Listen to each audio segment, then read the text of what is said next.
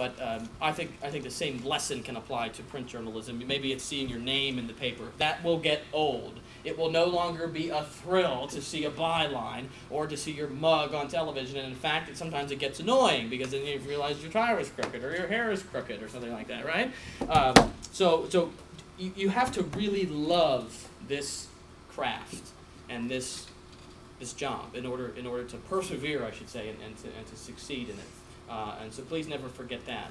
Never forget that you need to really be doing journalism for the right reasons. If you're doing it to see your face on television or if you're doing it to see your name in the paper, that's not quite the right reason. You have to really love communicating necessary, important information to people on a daily basis and forwarding, this very important role communication plays in our wonderful country. Do you have any questions about what you saw, what I do on a general scale before we dig into kind of the lesson part, developing stories and writing? Anything in general about TV? Yeah.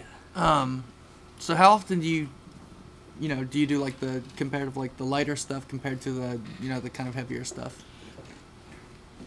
We have I'll answer it kind of in a long way. We have a 3-person investigative team.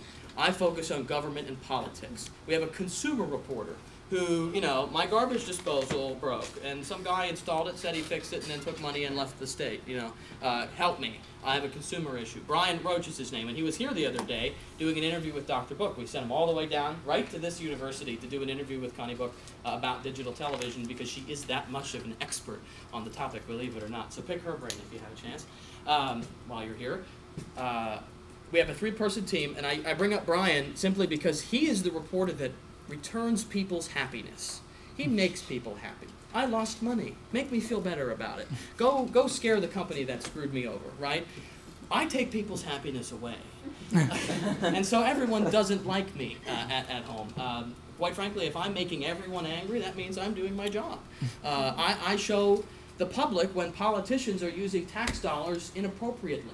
I tell the public when the presidential candidates are saying misleading or false statements in their political advertisements. So if I'm doing my job right, people don't like me very much. So your original question was what?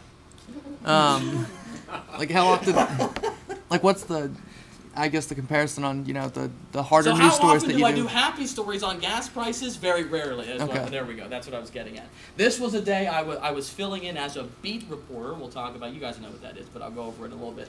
I was filling in, one of our beat reporters, our county reporters, was off. And so I stepped out of my role as an 8-on-your-side government reporter, and I stepped into the role as the York County reporter.